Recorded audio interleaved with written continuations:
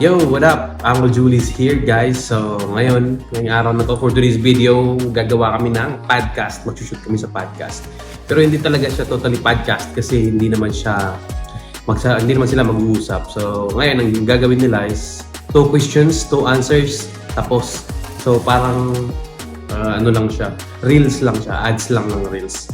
Hindi talaga sila magpa-podcast. So, kasama ko ngayon ang marketing manager with Hasib. Yo! Hi!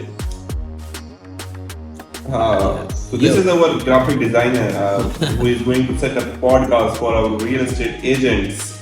So they are going to demonstrate about why people should invest in Dubai and some of the good projects of Dubai that we can market in local areas and international as well.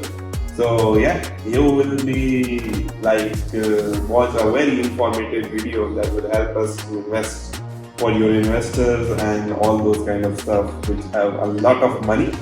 I guess it's not me and Mr. Julie. So you can take it. Yeah.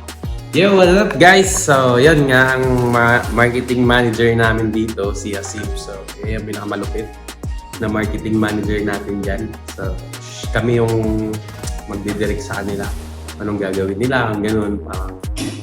Yo, yun na nga. Mag-shoot tayo ng podcast for today. Makikita natin kung anong mangyayari mamaya guys. See you on next videos.